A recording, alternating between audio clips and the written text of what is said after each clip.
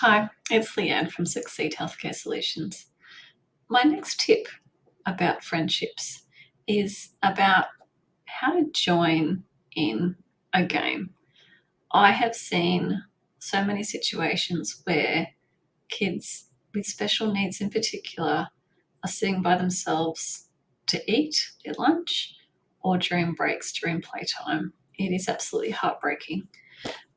There's kind of two schools of thought around this. Yes, they can walk up to a group after doing a few of the other tips I've given previously for school holidays, and they can ask to join in the game, provided they know that about 50% of the time, when someone asks to join in a game, the group says no.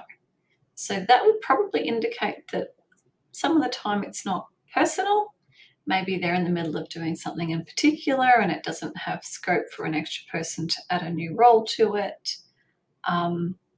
Maybe they're busy, maybe they're doing something a bit more private. It's helpful to sometimes help children to understand that there are many reasons why they might have been declined being able to play. We call that multi-causal thinking. It's one of the higher levels of thinking, communicating, and relating developmentally. So that's one school of thought. With that school of thought, what they're looking to do when they ask to join play is ways to make the game more fun, how they perhaps could help score, how they could help maybe bringing the ball back to the game if it's handball or soccer, things like that. We certainly don't want them suggesting a whole new game, and we don't want them taking over the activity. So there's another way to join into play. We've talked a little bit about moving closer, checking the group, being accepting, etc. So a way to join the play is by doing all of those things around assessing for interest, checking out what they're doing, checking out what they're talking about, and then kind of jumping in.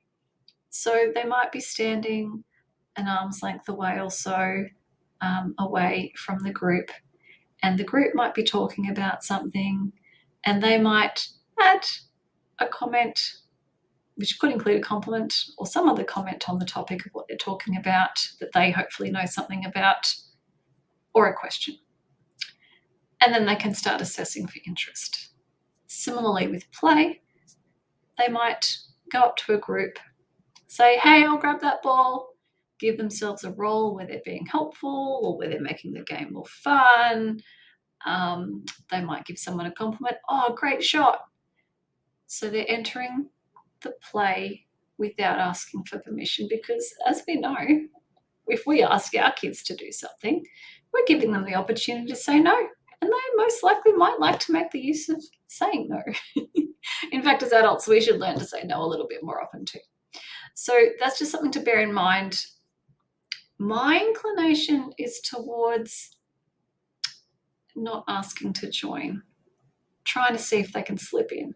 The advantage of that is that as they're making that comment or that question, assessing for interest, if those group members are not showing acceptance, they can easily slip out without the group realizing that they've kind of accidentally or on purpose, whichever way, rejected that child.